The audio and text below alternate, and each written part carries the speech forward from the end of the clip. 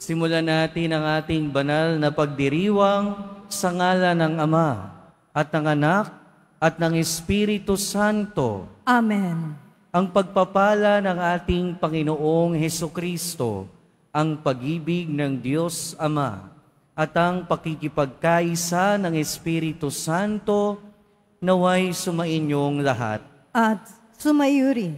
Mga kapatid, tinipon tayo bilang kaanib ng angkan ng Diyos. Kaya dumulog tayo sa mawaing Panginoon na nagpapatawad ng lubos. Sinugong tagapagpagaling sa mga nagsisisi, Panginoon, kaawaan mo kami. Panginoon, kaawaan mo kami. Dumating na tagapag-aniyayang mga makasalanan ay magsisi, Kristo, kaawaan mo kami. Kristo, kaawaan mo kami. Nakaluklok ka sa kanan ng Diyos Ama para ipamagitan kami. Panginoon, kaawaan mo kami. Panginoon, kaawaan mo kami. Kaawaan tayo ng makapangyarihang Diyos, patawarin tayo sa ating mga kasalanan at patnubayan tayo sa buhay na walang hanggan. Amen. Manalangin tayo.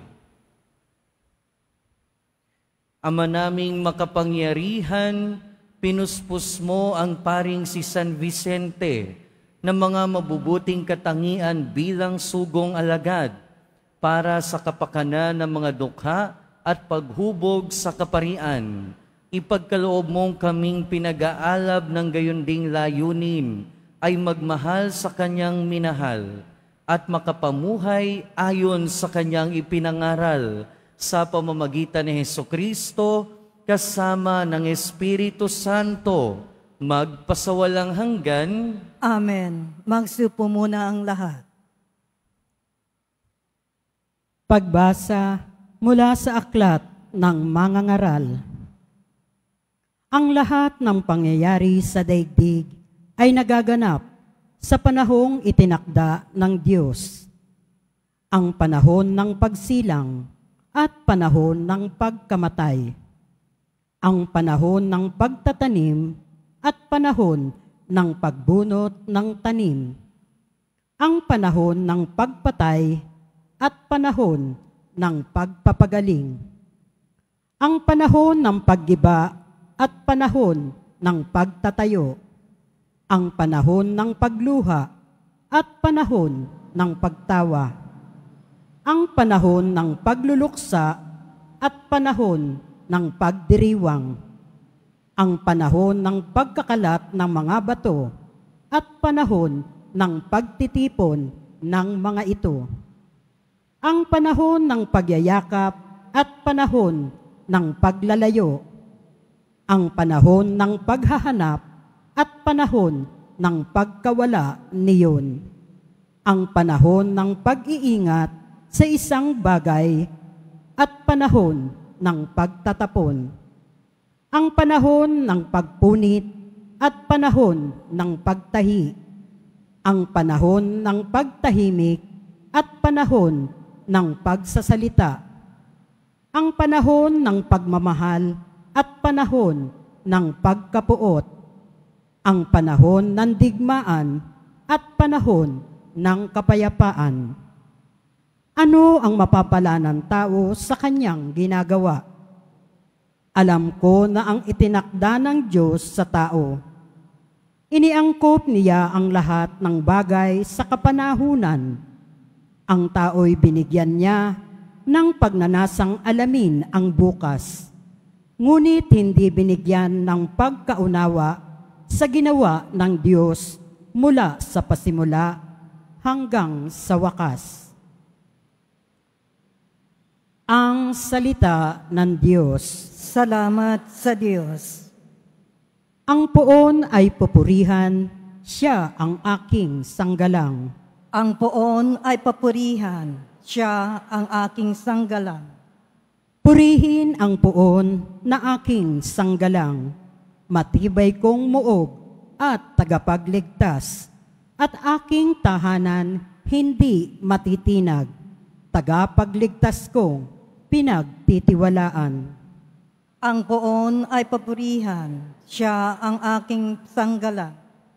Ano ba ang tao, Panginoon namin? Siya'y tao lamang na iyong pinapansin. Katulad ay ulap na tangay ng hangin, napaparam siya na tulad ng lilim. Ang poon ay papurihan, siya ang aking sanggalang. Magsitayo po ang lahat.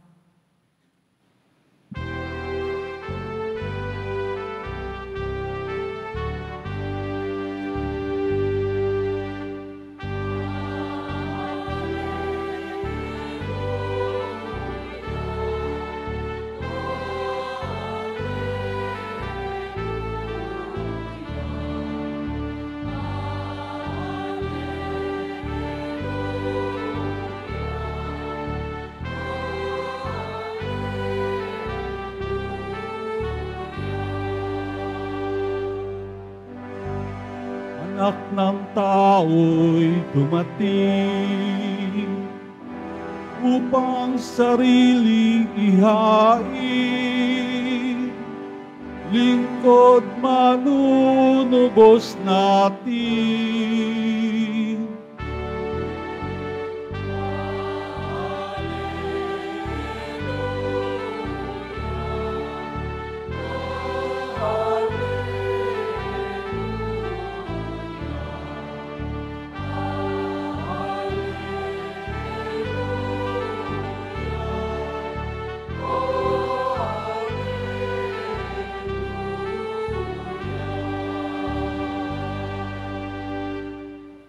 Sumainyo ang Panginoon. At sumaiyo rin. Ang mabuting balita ng Panginoon ayon kay San Lucas. Papuri sa iyo, Panginoon. Isang araw samantalang nananalangin mag-isa si Jesus, lumapit sa kanya ang kanyang mga alagad. Tinanong niya sila, sino raw ako ayon sa mga tao?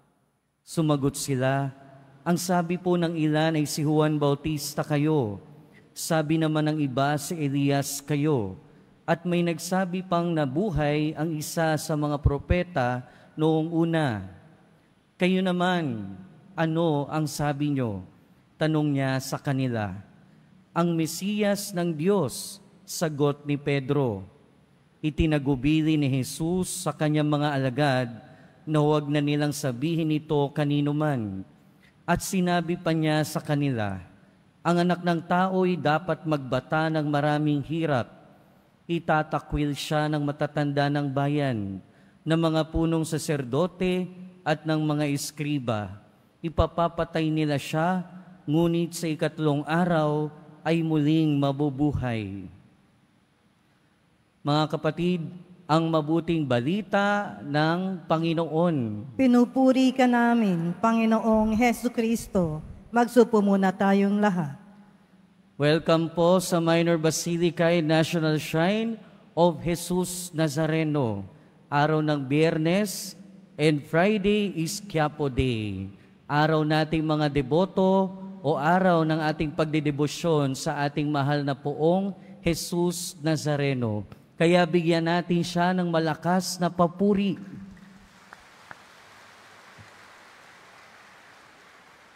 Ngayong araw din, ipanagdiriwang natin o ginugunita natin si San Vicente, ang founder ng kongregasyon ng mga pari at kongregasyon ng mga madre. Kung kilala niyo yung Adamson at ang CM, yung mga paring namamahala doon sa Adamson, si San Vicente ang founder ng kongregasyon na yun. Pero higit sa kanyang pagiging founder ng mga kongregasyon, nakilala din si San Vicente dahil sa kanyang pagmamahal sa mga mahihirap. Pinangatawanan niya at isinabuhay yung sinabi ng Panginoon na kung ano man ang gawin mo sa pinakamaliit kong kapatid ay ginawa mo sa akin. Noong mga panahon na yon, ang pangangailangan ng mga nasa lugar nila ay yung magmamalasakit sa mahihirap at pangangailangan din na magkaroon ng grupo ng mga pari at mga madre na misyonero. Ibig sabihin, nagawa niya ang mga bagay na yon, ang magtayo ng mga kongregasyon at magmalasakit sa mahihirap sa tamang panahon. Sabi nga sa ating unang pagbasa, lahat ng bagay ay may tamang panahon. Merong tamang oras. Ang bawat gawain ay may tamang oras. Kung oras ng pagsisimba, magsimba tuwing linggo. O di kaya kung sa mga araw na gusto nyo magdebosyon. Kung oras ng pagtatrabaho, magtrabaho. Kung oras ng paggala o paglalakwatsa, maglakwatsa. Ang lahat ng bagay ay merong tamang oras, tamang panahon. Katulad na sa ating unang pagbasa, sinasabi dito ang lahat ng pangyayari sa daigdig ay nagaganap sa panahong itinakda ng Diyos. Meaning, ang buhay natin at pag-iral natin itinakda ng Diyos. Pero hindi ibig sabihin nun, ang bawat kilos natin, yan ang tinakda ng Diyos. Kasi meron pa rin naman tayong kalayaan.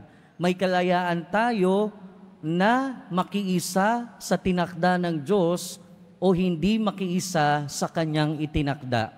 Pero isang bagay ang tiyak na itinakda ng Diyos. Itinakda niya na tayo ay magkaroon ng buhay na walang hanggan. Itinakda rin niya na magkatawang tao. Kaya nga nakilala natin siya bilang Poong Jesus Nazareno. At sa tuwing titingin tayo sa imahe ng Nazareno, nakikita natin ang kanyang pagpasa ng krus at paghihirap. Itinakda rin yan ng Panginoon. Pero itinakda rin niya na hindi matapos sa krus ang kanyang buhay, kundi ito ay maging ganap sa muling pagkabuhay. Dahil itinakda rin niya ang muling pagkabuhay, tinakda rin niya na tayo ay magtamasa ng muling pagkabuhay. Pero lagi nating tatandaan at lagi din nating nakakalimutan na ang panahon ng Diyos ay iba sa panahon nating mga tao. Ang oras para sa Diyos ay iba para sa oras nating mga tao. Kaya siguro minsan nagkakaproblema tayo. Pinipilit natin na ang oras ng Diyos ay isiksik sa oras natin. Pinipilit natin na yung konsepto ng oras ng Diyos ay tumugma sa oras natin. Kasi tayo kung hindi masyadong advance, masyado tayong late. Minsan hindi tayo tumutugma sa itinakdang oras ng ating Panginoon. Kaya nga 'di ba yung iba sa atin, kapag ka nananalangin, gusto maya-maya nandyan na agad. O di kaya naman bukas nandyan na agad. Hindi makatugma sa oras ng Panginoon. At pagka minsan nakikita natin na hindi tumutugma, minsan tayo pa yung masama yung loob. Lord, ang tagal naman nung pinagdadasal ko, di nyo pa ipanagbigay. O di kaya naman minsan tayo masyadong late.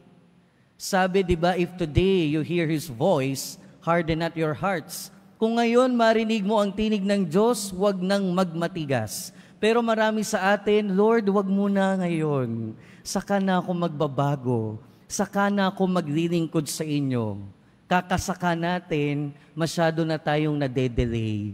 Minsan naaabutan tayo ng pagkakataon na huli na ang lahat.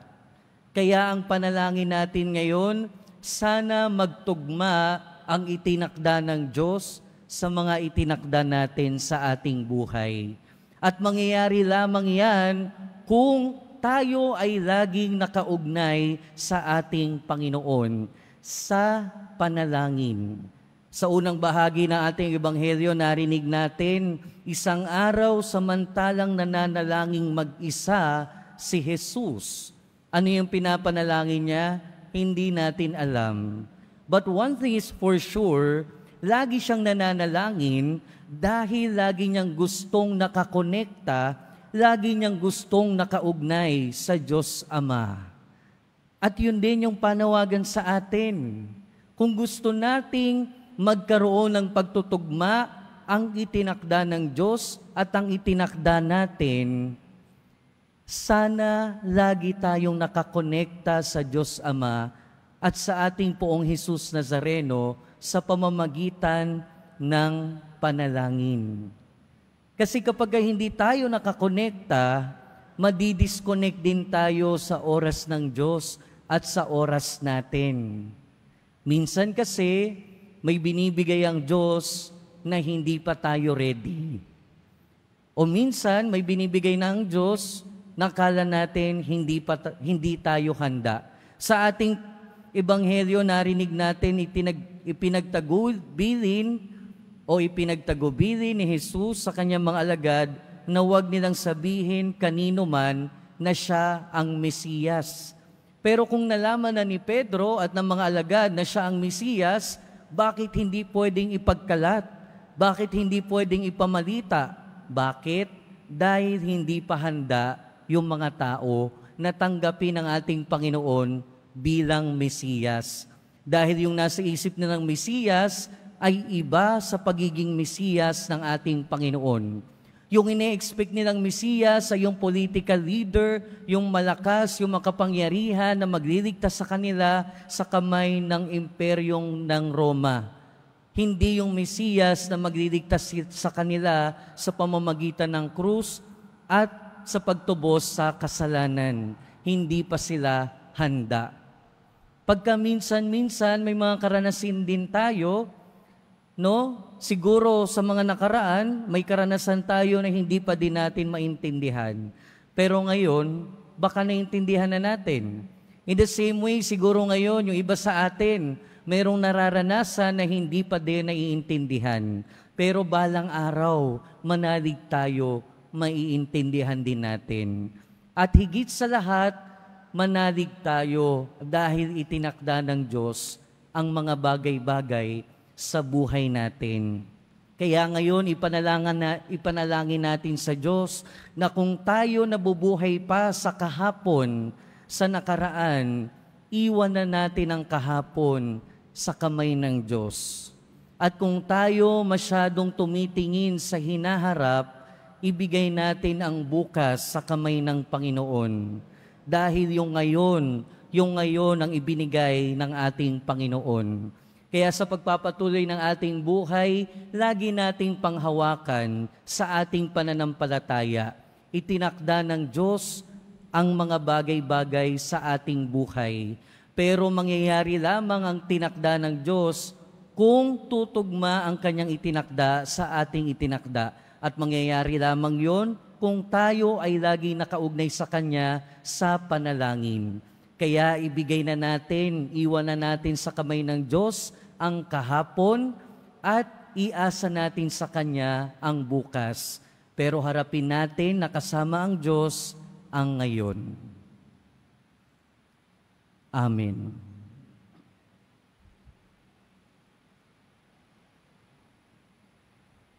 Magsitayo na po ang lahat.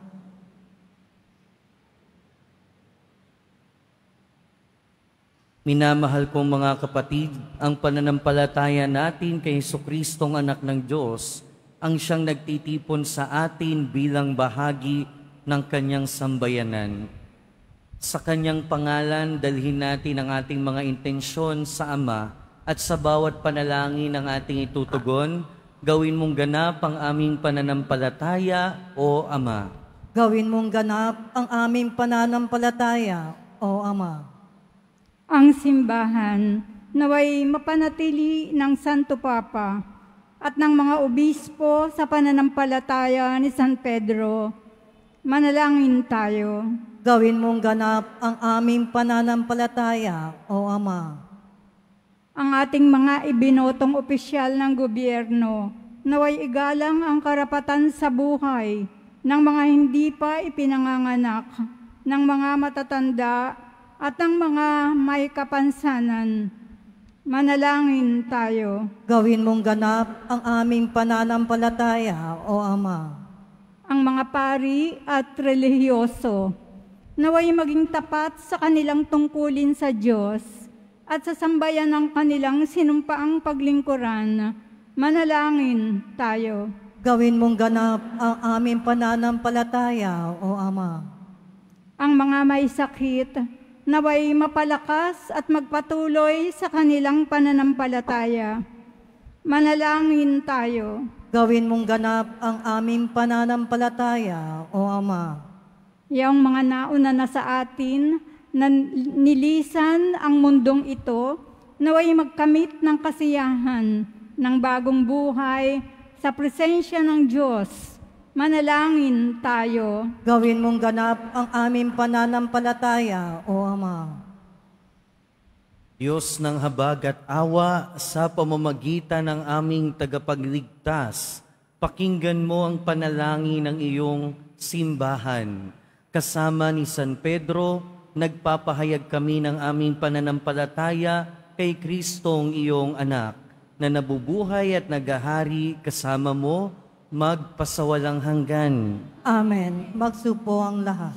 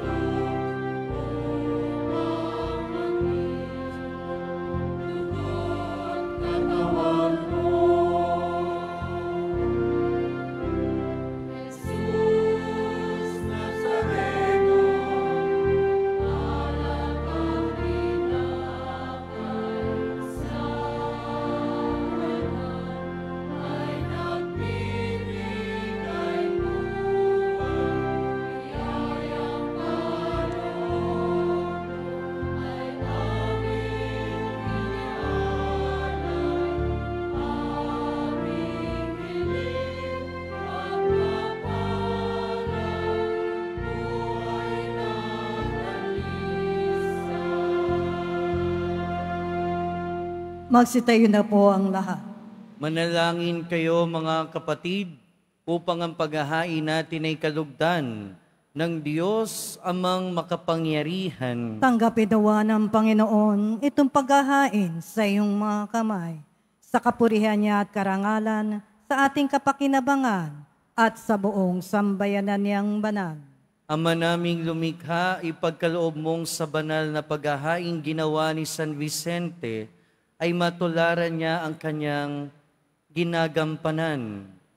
Ipagkaloob mong pakundangan sa pagdiriwang na ito, kami makabagtas para humantong sa pagiging haing kalugod-lugod sa iyo, sa pamamagitan ni Jesucristo, kasama ng Espiritu Santo, magpasawalang hanggan. Amen. Sumainyo ang Panginoon. At sumaiyo rin. Itaas sa Diyos ang inyong puso at diwa. Itinaas na namin sa Panginoon. Pasalamatan natin ang Panginoong ating Diyos. Marapat na siya ay pasalamatan. Ama naming makapangyarihan, tunay ngang marapat na ikaw ay aming pasalamatan sa pamamagitan ni Jesucristo na aming Panginoon. Ngayong si San Vicente ay pinararangalan sa pamumuhay niyang totoong uliran at pagiging maaasahan sa panunungkulan, kaya't si Jesucristo na maaasahan sa katapatan ay inihahayag sa pangangasiwa sa sambayanan. Ang malasakit na mga ulirang tagapangasiwa noon ay nagpapatuloy magpahanggang ngayon sa mga panalangin kanilang iniuukol, kaysa ng sambayanan mong dito'y nagtitipon, kaya kaysa ng mga anghel na nagsisiawit ng papuri sa iyo, nang walang humpay sa kalangitan, kami nagbubunyi sa iyong kadakilaan.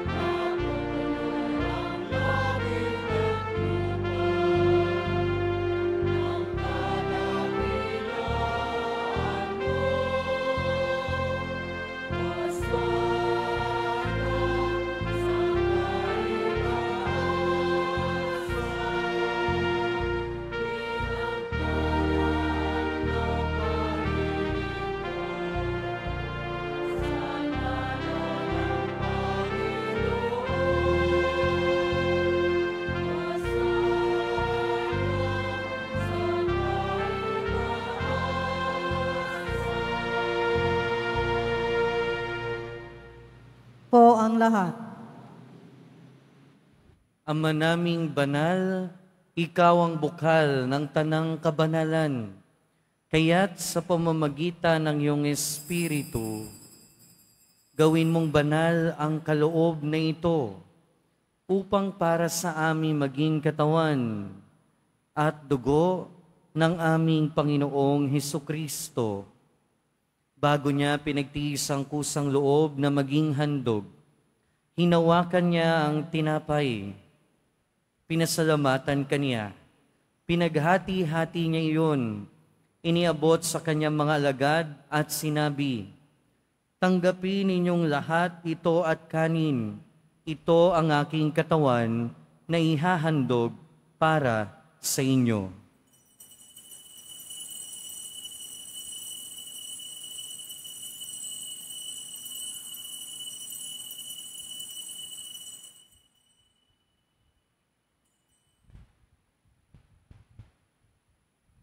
Gayon din naman nung matapos ang hapunan, hinawakan niya ang kalis. Muli kanyang pinasalamatan. Iniabot niya ang kalis sa kanyang mga alagad at sinabi, "Tanggapin ninyong lahat ito at inumin. Ito ang kalis ng aking dugo, ng bago at walang hanggang tipan.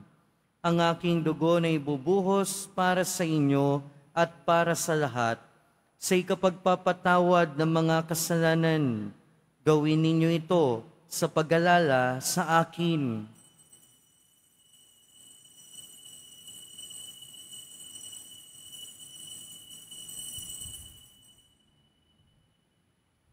Magsitayo na po ang lahat. Ipagbunyi natin ang misteryo ng pananampalataya. Si Kristo'y namatay. Si Kristo'y nabuhay. Si Kristo'y babalik sa wakas ng panahon. Ama, ginagawa namin ngayon ang pag-alala sa pagkamatay at muling pagkabuhay ng iyong anak. Kaya tiniaalay namin sa iyo ang tinapay na nagbibigay buhay at ang kalis na nagkakaloob ng kaligtasan. Kami nagpapasalamat dahil kami iyong minarapat na tumayo sa harap mo para maglingkod sa iyo. Isinasamo namin kaming magsasalo-salo sa katawan at dugo ni Kristo ay mabuklod sa pagkakaisa sa pamamagitan ng Espiritu Santo. Ama, lingapin mo ang iyong simbahang laganap sa buong daigdig. Puspusin mo kami sa pag-ibig kay San Francisco na aming Santo Papa at ni Jose na aming Obispo at ng Tanang Kaparian. Alalahanin mo rin ang mga kapatid naming nahimlay nang may pag-asang sila'y muling mabubuhay, gayon din ang lahat ng mga pumanaw. Kaawaan mo sila at patuloyin sa iyong kaliwanagan. Kaawaan mo at pagindapating kaming lahat na makasalo sa iyong buhay na walang wakas. Kaysa ng mahal na Birheng Maria na Ina ng Diyos, ng kabiyak ng puso niya si San Jose, kaysa ng mga apostol, ni San Vicente, ni San Juan Bautista, at ng lahat ng mga banal na namuhay dito sa daigdig ng kalugod-lugod sa iyo. Maipagdiwang nawa namin ang pagpupuri sa ikararangal mo sa pamamagitan ng iyong anak na aming Panginoong Hesukristo.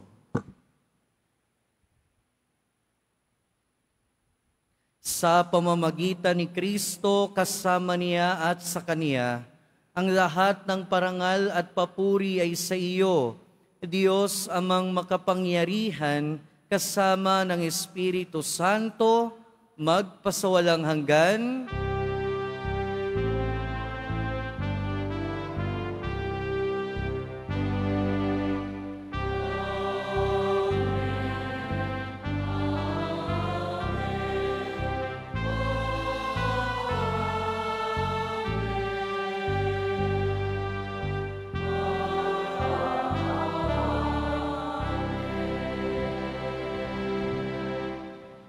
Sa tagubili ng mga nakagagaling na utos at turo ni Jesus na Panginoon natin at Diyos, awitin natin ng lakas loob.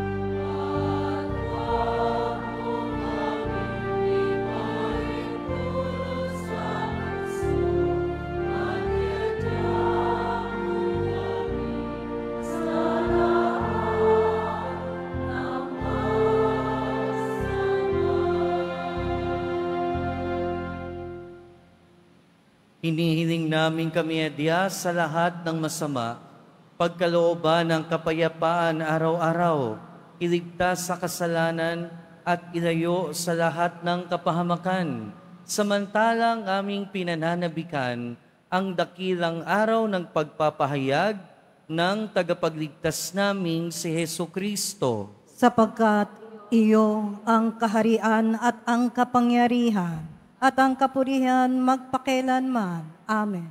Panginoong Hesukristo, sinabi mo sa iyong mga apostol, kapayapaan ang iniiwan ko sa inyo, ang aking kapayapaan ang ibinibigay ko sa inyo. Tunghayan mo ang aming pananampalataya at huwag ang aming pagkakasala. Pagkalooban mo kami ng kapayapaan at pagkakaisa ayon sa iyong kalooban, kasama ng Espiritu Santo, magpasawalang hanggan. Amen. Ang kapayapaan ng Panginoon ay laging sumainyo. At sumayo rin. Magbigayan tayo ng kapayapaan sa isa't isa. Peace be with you po.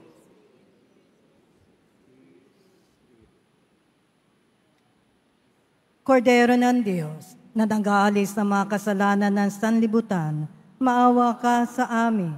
Kordero ng Diyos, na nag-aalis ng mga kasalanan ng sanlibutan, maawa ka sa amin. Kordero ng Diyos, na nag-aalis ng mga kasalanan ng sanlibutan, ipagkaloob mo sa amin ang kapayapaan.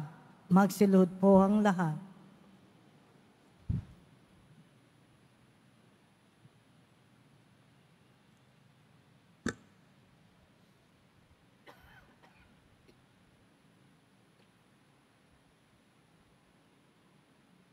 Ito ang kordero ng Diyos. Ito ang nag-aalis ng kasalanan ng sanlibutan. Mapalad ang mga inaanyayahan sa kanyang piging. Panginoon, hindi ako karapat-dapat na magpatuloy sa iyo. Ngunit sa isang salita mo lamang ay gagaling na ako.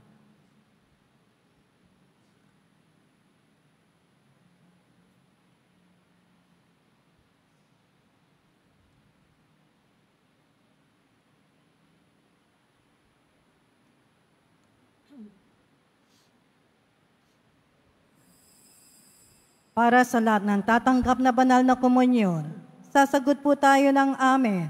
Pagkasabi ng pare o lay minister ng katawan ni Kristo at isubo agad sa bibig bago malis sa harapan ng pare o lay minister. Sumunod po tayo.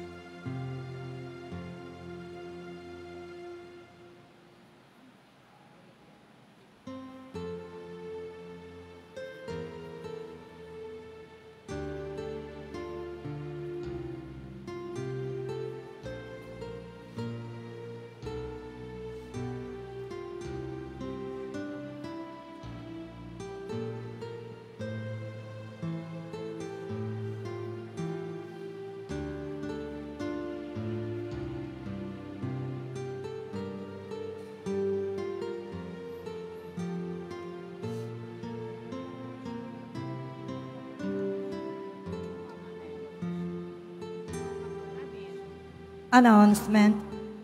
Muling inihahandog ng ating simbahan ang Nazareno Medallion. Mabibili po sa ating Parish Finance Office. Ito po ay nagkakahalaga ng 25 pesos. Ang malilikom po ay gagamitin sa pagsasaayos ng electrical system ng ating simbahan. Inaanyayahan namin ang mga debotong nasa larangan ng edukasyon. Kung ikaw ay nasa edad 25 hanggang 50 at hindi kasalukuyan miyembro ng anumang church, ministry, or organization, iniimbitahan namin kayo sa isang faith sharing at fellowship. Dito, pagninilayan natin kung sino si Jesus Nazareno sa ating buhay. Ipapakilala din namin ang isang bagong inisyatibo na makakatulong sa inyong paglago sa pananampalataya at misyon. Kung ikaw ay interesado sumali, email us at jesusnazarenoquiapo@gmail.com o pumunta sa information guard booth para mag-fill out ng form. Mga paalala sa mga nagsisimba. Pagkatapos ng misa, wiwisikan po ang lahat ng banal na tubig. Pinakikiusapan ang lahat na manatili lamang sa inyong mga lugar. Tanging sa Quezon Boulevard o Plaza San Juan lamang ang labasan ng lahat. Sumunod po tayo. Maraming salamat po sa inyong pagdalaw at pagsisimba sa Basilica Minor at Pambansang Dambana ni Jesus Nazareno. Magsitayo na po ang lahat. Manalangin tayo. Ama naming mapagmahal, kaming nagsalo sa banal na pakikinabang ay dumadalangin sa pagparis namin sa iyong anak na nangaral ng mabuting balita para sa mga dukha.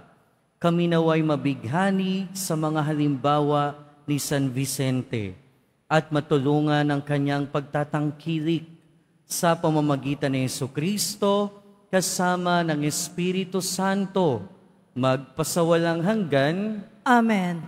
Sumainyo ang Panginoon. At sumayo rin. Mahal na poong Jesus Nazareno, inihayag mo sa pamamagitan ng krus ang walang maliw na pag-ibig ng Diyos sa sangkatauhan.